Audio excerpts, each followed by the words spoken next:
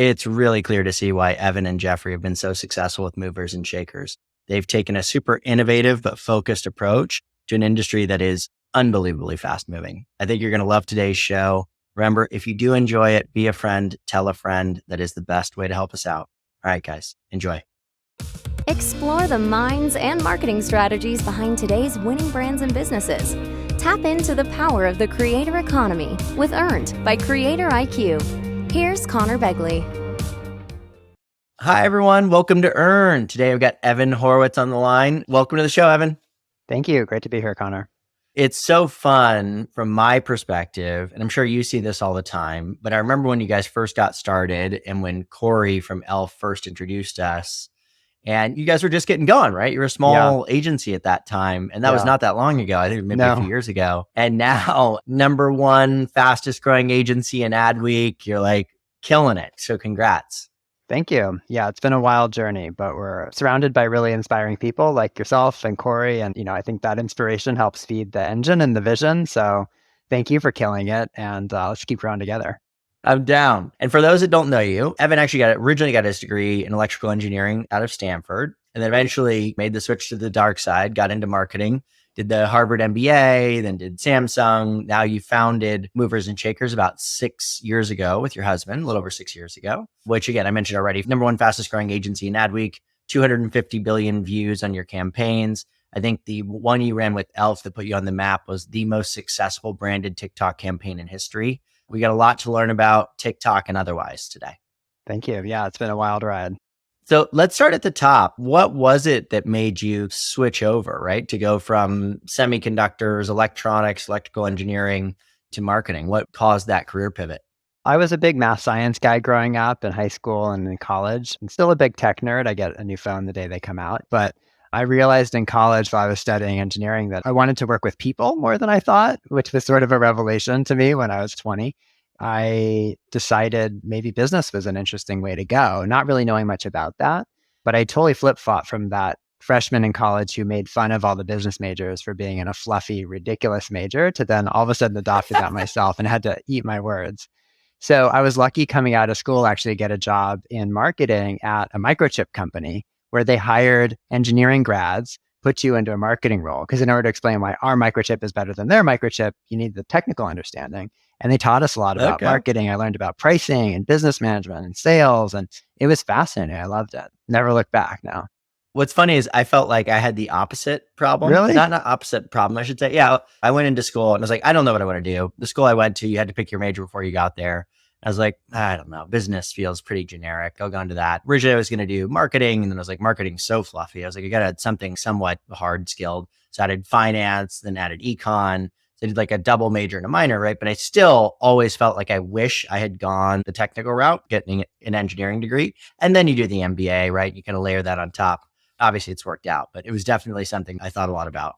Yeah, I think things unfold how they unfold. It's like I kind of see my life as a pinball game. Like you go in a certain direction, you bounce, you go in a different direction, you bounce. And I feel like if you start going left and bounce right, you start going right and bounce left. It's just that unfolding process that, I never would have predicted that this is where my life would be when I'm now 41. Never in a million years would 18-year-old me have thought that I would be here. But it's been awesome.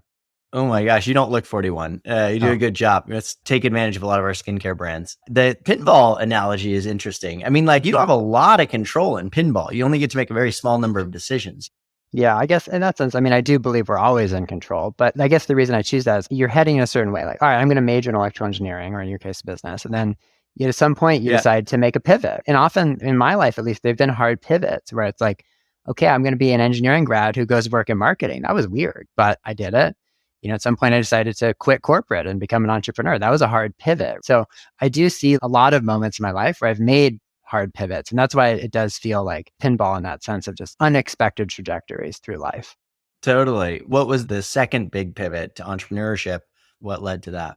That was interesting because I actually got to a point in my life where I pretty much checked all the boxes. I had my dream job. I was at Samsung. I was running this $250 million business unit there as a P&L owner. I got to do the marketing and supervise the sales and inventory and everything. And that's kind of what I'd want to do. I actually wrote on my business school application. They always ask you like, what's your dream job? I was like, I want to be a marketing leader at a consumer electronics company. And I had it. And I didn't feel fulfilled. And I kind of had a little pre-life crisis. This is when I was 30. And I was like, oh, checking all the boxes isn't what makes you happy. And so that sent me on a deep introspective journey, got really involved in personal development and became really interested in self-help and did a ton of coursework and stuff like that, and decided to make a big pivot and become an entrepreneur, which is something that I'd never seriously considered before. But I realized that I had some ideas that I thought would be cool. And I never had the courage to just go out and push through the fear of trying it. And so I decided to take that leap, and I'm glad I did. It's definitely a leap. It's not for the faint of heart. You said you're buying the new phone every year. You worked at Samsung, but are you Samsung or are you an Apple guy? I'm a green bubble guy. Yeah. I have had a lot of Samsung phones, but I'm not totally brand loyal to Samsung. I have a Google phone right now, but I am an Android loyalist. Yeah. I'm one of two Interesting. people in our company who has a Windows PC. Everyone else has a Mac, but I have Windows. So Movers and Shakers, I think the big launch point was the ELF initiative that you did, which is, again, at least at the time, was the most successful branded initiative that's ever happened on TikTok. I think you guys have gotten known as being the TikTok guys. What is it that's working so well? Like, what really clicked for you guys as an agency? Well, we're all about connecting brands into culture. So how do we make a brand more culturally relevant, more buzzy, more cool, especially with Gen Z and millennials? And that's our North Star. That's why we got on TikTok originally. Movers and Shakers predates TikTok. We've always been an agency that works across social and had this question of how do we make brands more culturally relevant? So when TikTok started in 2019, we went there because we saw, oh, culture is being made here. Same reason ELF went there, and we decided to team up together. And so that's what keeps us fresh and relevant as an agency. And I think why we'll always stay on that cutting edge, because culture keeps moving. And our job as an agency is to help our clients stay on that cutting edge of culture. What's cool with Gen Z and millennials? And what we do is we follow those waves and we put our clients on top of those waves. So everybody's talking about this, and how do we get the client on that? Or everybody's using this app, and how do we get the brand onto that? That's what inspires us. And that's why our work is so strong and impactful for our clients. That seems like one of the biggest challenges. Those waves happen really quickly and they die really quickly, right? And so the question is, how do you get there in time? And I think it's hard enough when you're in-house at a brand where you have a little bit more leeway to like just move on something. But as an agency now, you've got a whole nother party. You got to get approval and make sure everybody feels good about it. How do you operate in an environment that moves that quickly? Like, how are you responsive to those waves? You have to set that up in advance. So it's certainly not an accident that you are able to respond quickly, both for us and then also for the brand team. We've organized our whole agency that way. So we have a culture squad at the center of our agency. This is a group of people who their job is to monitor culture day to day. What are people talking about? What's trending on TikTok? What's trending on Twitter and Reddit? What's happening in Hypebeast in pop culture, right? This album drop is happening. This celebrity had a snafu that everybody's honing in on, whatever those things are. And this culture squad feeds all those insights to all of our different client teams so that we can find the ones that are relevant for that brand. So we're set up ready to react to those, whether that's just getting some cool social content in an organic post or actually building a whole campaign moment around it. Same thing for our clients. We have to train them on how to be ready for that. And that is a training process for some of them. Some of them are there. Others are really trying to reinvent their whole organizations. But we work with some huge Fortune 500 CPG companies that I'm really impressed at how they're, with some elbow grease on their internal team, they're able to align things so that they can move quickly. And I've been really surprised that even some of our relatively regulated clients, we do trainings for their legal team and we help explain to them what's going to happen. And we get as much roadmap do's and don'ts documented in advance. So when those moments come, we can take advantage of them. So it is possible. Different brands can achieve that to different levels, but I'm constantly inspired by our clients and what they're able to do.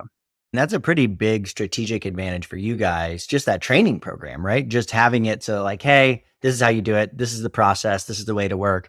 Because I'd imagine, again, if you're at a legacy agency, that's not a muscle that's necessarily built. And there may not necessarily even be buy-in within the agency that you need to move that quickly. And so being purpose built for that world is pretty special. On the culture squad, that sounds like a pretty cool job to have. What do they use outside of the standard apps? Are they using any tools to stay up to date? Yeah, it's a combination of, I would say, quantitative and then also qualitative or intuition. So we do have some of the traditional tools. We're also always partnering with new tools, startups that are doing things in different ways or working with new platforms. But I do think a lot of our secret sauce is more on the qualitative side and just reading the tea leaves. Overall, we're not really a data-focused agency. Certainly, we want all of our stuff to work and have measurable impact, but we're really more focused on reading the tea leaves of culture and our clients that have the most success also aren't waiting for the data to jump on something. And it's more about that intuition and that feel. This feels like it's picking up. And what our culture squad is amazing at is reading those tea leaves, connecting the dots for how this conversation about this celeb or this trending audio, that creates an opportunity for a skincare brand or a healthcare brand or whatever it is. And that connectivity of like connecting those dots all the way through to a campaign or content and doing that quickly, that's really the secret sauce. Well, and I think trends are so community specific as well. Like you could have something that's trending on Twitter or trending on TikTok that I will never see, right? That I will never be exposed to me because that's not the topics that I'm interested in or the topics that I'm responsive to. And so I think having somebody that's in the weeds within those communities and can see those and say, hey, this is moving, the right people are talking about it. It's got the right narrative. It fits us well. Just seems super valuable. How big is the culture squad? It's about a dozen people. I imagine it's a relatively small team, but that's a lot. Yeah. Not everybody's, that's their full-time thing. There's some people who that's what they do part of the week, but it is like sourcing those signals is really important and then feeding that back out through the whole agency. So in terms of ambitions for the group, I think what's fairly common in the agency industry is consolidation. So whether that's the WPPs and the publicists of the world going out and acquiring small up and coming agencies, or potentially doing that yourself. So, you becoming a collection of agencies rather than just a single agency. When you guys think about your ambitions for Movers and Shakers, what are you thinking about in the future? Is this something that eventually you want to have acquired or that you think about building out this conglomerate? Or are you just at this point laser focused on the day-to-day? I think our vision is to become a big brand transformation agency, and how can we help really have a transformative impact for brands specifically on this dimension of cultural relevance for Gen Z and millennials. So we're doing that already. We're now 100 people, which is 100 more than we were 3 years ago. And we want to keep growing. I mean, the opportunity is endless right now. We have so many brands knocking down the door to work with us. Every day we're getting unsolicited requests just through our website, brands who want to chat with us. So we're clearly doing something that's really special in the industry and it's getting noticed. And the question is how to keep scaling that. So as you said, we're number one fastest growing agency right now on the planet because there's that much demand. And for us, it's how do we keep having more of that impact? How much of that do we build in-house? Is it through partnerships? We do certainly get a lot of interest, to your point, from other agencies and investors who are interested in supporting that. There's a lot of ways that we want to expand our capabilities over time. Right now, we're really focused on upper funnel brand awareness, specifically socially native, and we've decided to be US focused exclusively. We've tried really hard to keep our lane tight because there's so much growth opportunity in this really tight lane. But clearly, there's a lot of opportunity in adjacencies, right? If we had additional capabilities. So it's all things that we're thinking about. At the moment, we have so much runway in front of us just in our existing narrowly defined lane that we're looking at how can we have better, deeper engagements with more awesome brands. And that keeps us very busy. Yeah. Honestly, I think one of the biggest mistakes that people make as entrepreneurs is having a lack of focus, right? Is trying to do too many things and not realizing like how big the opportunity is in front of them. It grows both in terms of the number of people you work with, as well as, like you said, the depth of those engagements. I mean, for us, we realized, which it should be really obvious, but it took us a long time, was that if you weren't good on social, if you didn't have an active social presence, you probably shouldn't be signing up for like influencer analytics. That probably wasn't a customer we should go after. The threshold we used was 50,000 Instagram followers. But if you looked above that, right, how many businesses fit that criteria? It's like there's about 50,000 brands that have over 50,000 fans and have an e-commerce presence. And that is a massive, massive market. And if we just focus on that, we can build better tools for them. It's easier to reach them. They'll be more successful. They'll refer more people. So kudos to you. That I think maintaining focus is certainly the right thing to do. So thank you. Yeah, it's hard, but it's exciting. I think what we're doing is really needed right now. And we have incredible clients who come to us who they get to work with the best agencies in the world. And they're finding that this is a service that they're not able to get, is this culturally relevant. We call it culturally native, socially native, creative. And the biggest brands are looking for that, right? So Unilever, for example, is one of our fastest growing clients. We 10x'd our business with them last year, and it's going to continue to grow explosively just through internal referral because people are seeing our work and they're hungry for that different type of thinking. And what we're seeing too that's really cool is some of the big brands are actually flipping the script on how they develop creative from the traditional way, which is starting with your TV first creative, and then that flows out through all the different channels. Now, the best brands are flipping that, where they start with a socially native creative platform, and that flows back to traditional ATL channels like TV or out of home. And that's really cool. And we're often invited to be that lead agency that's helping define that new narrative for what is this brand going to look like in 2023, 2024, and beyond. I mean, we're seeing the same thing in kind of a slightly different light.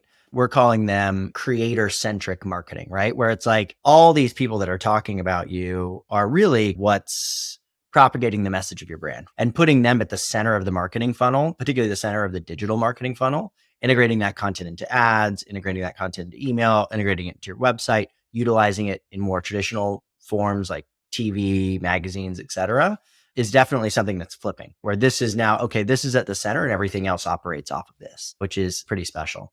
Yeah, we definitely see the same trend. Creators are at the heart of almost all of our work, and it's definitely the future.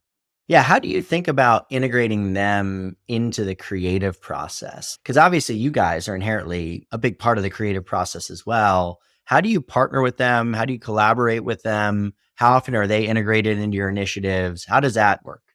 It's a great question, and it's really hard, actually. Last year, we defined a proprietary model for how to integrate creators into the creative process that looks at different levels of integration. Because what we realized is there's no one size fits all. On the one end of the spectrum, you have creative that's really led by the creators 100%. Maybe you send them product, they make something, they post it. You don't really give them any direction. On the other end of the spectrum is fully scripted content, where we actually hire the creators as actors and we tell them what to say. And that's a spectrum, right? And so we've actually created different groupings within this spectrum so that we can all get on the same page about what are we doing and how are we using the creators. And I would say there's no one right way to do it. I do think that brands tend to over-script creators. Scripted content can be great. We have a campaign running right now for Neutrogena that's killing it with scripted content using creators. But really important first step is just what lane are we in, and to what extent are we trying to script it versus bring in the creators' creativity.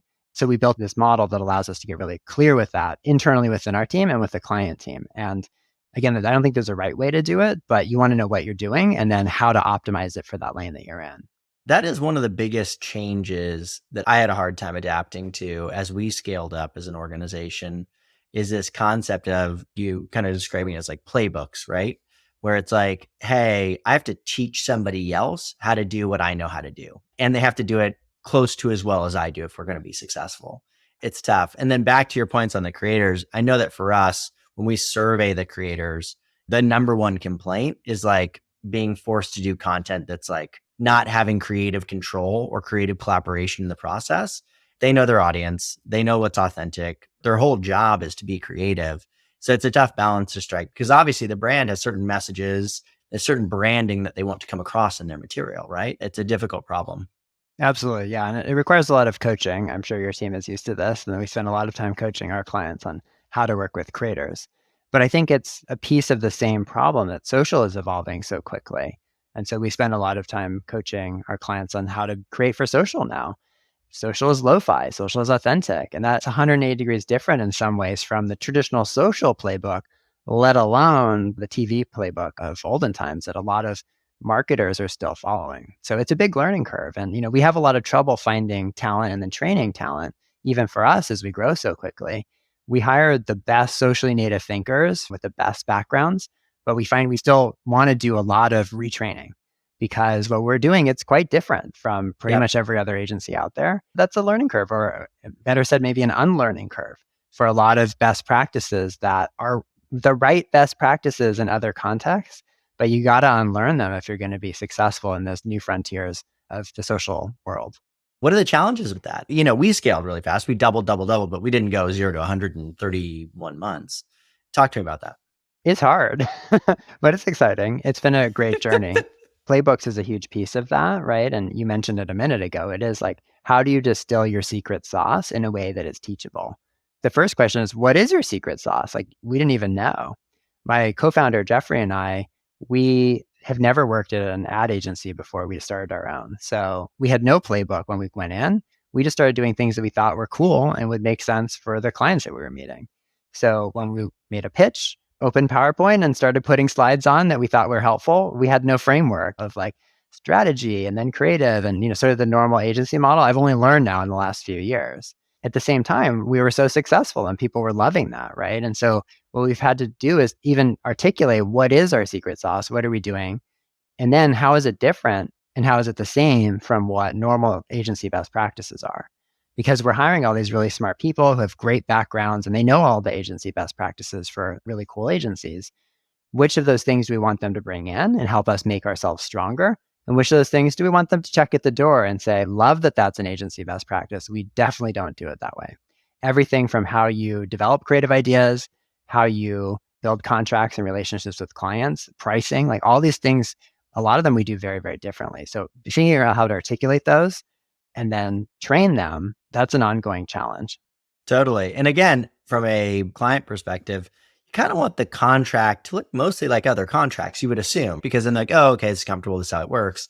But I do think there is an advantage to, like we saw it as well. We came into the influencer marketing space very much outsiders. Now, obviously it's a new industry, it's just being developed. But I think that we found that we took a different perspective on it, right? You went first principles approach, like, hey, what's actually working here? And let's start there rather than like how it's been done in the past. It was pretty impactful. Let's talk about Jeffrey for a minute. So I think that part of the secret sauce of the agency is you and him. Sure. You've got this deep background on the marketing side of things. And then he's got this deep background on the creative side of things across Broadway. Talk about that relationship. I mean, one, hard to work with your spouse, I would imagine. But then two, how do you guys kind of interact? How did that work out?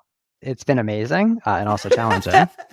I'll say that. Let me just, for those of you who don't know Jeffrey's background, so when I met him, he was on Broadway in Mary Poppins. He's a performer, he's an actor, singer, dancer.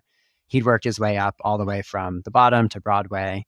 And then he switched careers a little bit. So he went behind the scenes. So he got into directing and choreography. And that's actually where the original inspiration for Movers+Shakers was. He was putting his own work out there. A lot of that was on film and he put it on social and his pieces were going mini viral. And so that was the original idea. Is like, wow, this type of joyful storytelling that he's doing, people love it. And we never thought when we got together. So we've been together now for 12 years and 6 years now as business partners as well.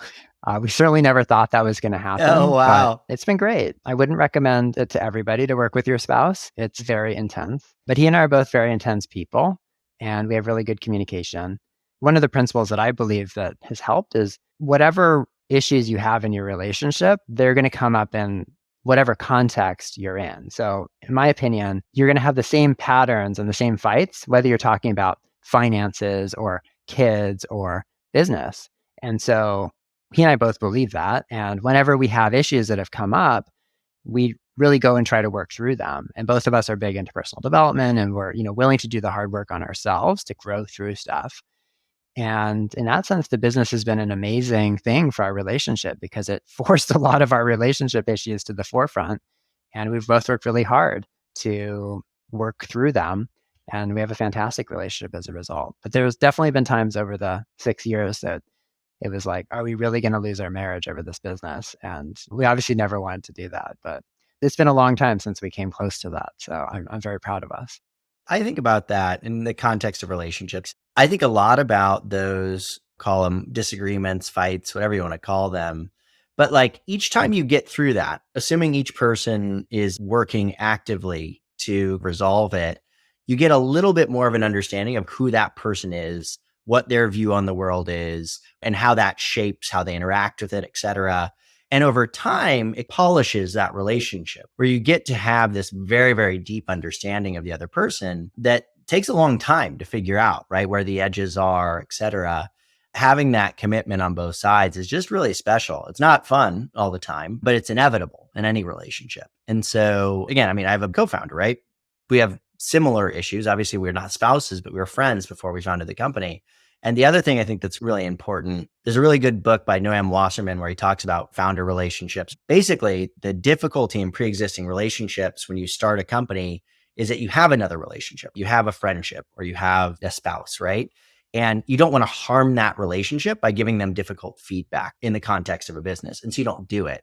And so we had to set those boundaries too. Like, hey, I'm going to tell you if you're messing up, right? Like, I'm going to tell you when I think you could be doing better. That's not a commentary on how I view you as a friend, but it is like important that we can give each other that kind of critical feedback. So hats off to you guys. It sounds like a challenge for sure. So let's go back to TikTok for a second, because again, I think you're probably one of the foremost experts on TikTok in the world. So in your opinion, how has the platform changed from say 3 years ago when you really started growing explosively to today? And then how do you expect it to kind of evolve over time? Well, first of all, I never thought anyone would address me as one of the foremost experts on TikTok in the world. So that's an interesting part of it. Just to our ping pong metaphor from before. It's true, right? It might be, but not a title that I had ever thought that I would have. TikTok's evolving so fast. I mean, it's grown faster than any social platform in history. And I think a lot of that is because it hit during the pandemic. And it's just a great platform. I mean, their AI and their algorithm is so smart. And that means that it's changing incredibly fast. When it started, it was a bunch of teenage girls doing silly dances and lip syncs, right? And it's just moved light years from that in just a few years. And that means marketers need to move quickly to keep up with that. I think the good thing is it's diversified astronomically. So it's no longer teenage girls. It's now every generation is heavily using TikTok, including some older generations. Boomers are increasingly on TikTok. And every type of topic or conversation is there, from basketball to pottery. And so that means there's so much opportunity there for brands, which wasn't always there. The way that people interact on TikTok keeps evolving. And I think that's also a challenge for brands to keep up with, because the best content is relevant to what people are actually seeing on their For You page. You know, you always want your ads to feel so native to people's experience. So when the tone of voice and the storytelling styles are changing almost on a monthly basis, I'm not even talking about trends yet, but just the tone of voice is changing, then that's hard for brands to keep up with from a creative perspective. I think in the future, TikTok, it's going to continue to grow. It's going to have more and more generations on there. It's going to be interesting to see like what Gen X talk looks like. That's going to be the last one to really get defined. It's going to become more and more interactive. And I think that's one thing that really differentiates TikTok from any other social platform, is the true participatory nature of it. TikTok allows people, not even talking about brands yet, but people to truly interact much more than commenting, by inventing the duetting feature. Now you have people making barbershop quartets through TikTok. They've never even met each other, and they're making literally beautiful music together. And it's just incredible, right? As an agency, we're always thinking, how do we help brands tap into that truly participatory nature to create whole moments of opportunity where your fans can come together, engage with each other, engage with the brand. And that is such a deeper level of connection with your consumer than just a TV ad or even a really cool social ad, because you're actually creating this whole moment for your community. And I think it's going to continue to deepen in that way. My biggest kind of applications that I use are probably TikTok 1, Twitter 2, LinkedIn 3, right? That's probably the 3 I use the most. And every time you go on TikTok, the thing I'm always astounded of is just human creativity and how they enable that, how they facilitate that. Is just fascinating. It's just so cool. Somebody said, it's kind of surprising. There's like a once in a billion experience, actually like every 6 or 7 days. But like you get exposed to that on TikTok, right? You see like once in a billion moments every other day that happen. And it's just fascinating. So I never predicted I would be like an expert in beauty and fashion influencer marketing either, but it is really cool once you're in the middle of it. One fun end of show question. So you have a daughter, right? I do, yeah, 4-year-old. So when she grows up and she gets her first phone, is it going to be an Android phone or is it going to be an Apple phone? Are you going to make her feel like an outsider, or are you going to encourage her to fit in with the group? I imagine we'll let her decide. My husband is a diehard Apple person, so we're actually we're a mixed family, which can be a little bit contentious. My parents are actually mixed too. My mom, who's the engineer in the family, she's also on Android. And my dad is an iPhone person. So even with her grandparents, she's going to have mixed influence. We'll see where she gravitates. Yeah, that'll be funny. You have to get some bets going beforehand. Well, Evan, I really appreciate you taking out the time, and congratulations on all the success. I said it at the beginning, but want to reiterate it. It's just so impressive what you guys have done, and excited to see where you guys take it over the next 5-10 years. Thank you so much, Conor. Same. Great to be on the journey together. Be a friend, tell a friend, and subscribe. Earned by CreatorIQ. CreatorIQ is your all-in-one solution to grow, manage, scale, and measure your influencer marketing program. Ready to unlock the power of the creator economy? Get started with a demo today at CreatorIQ.com.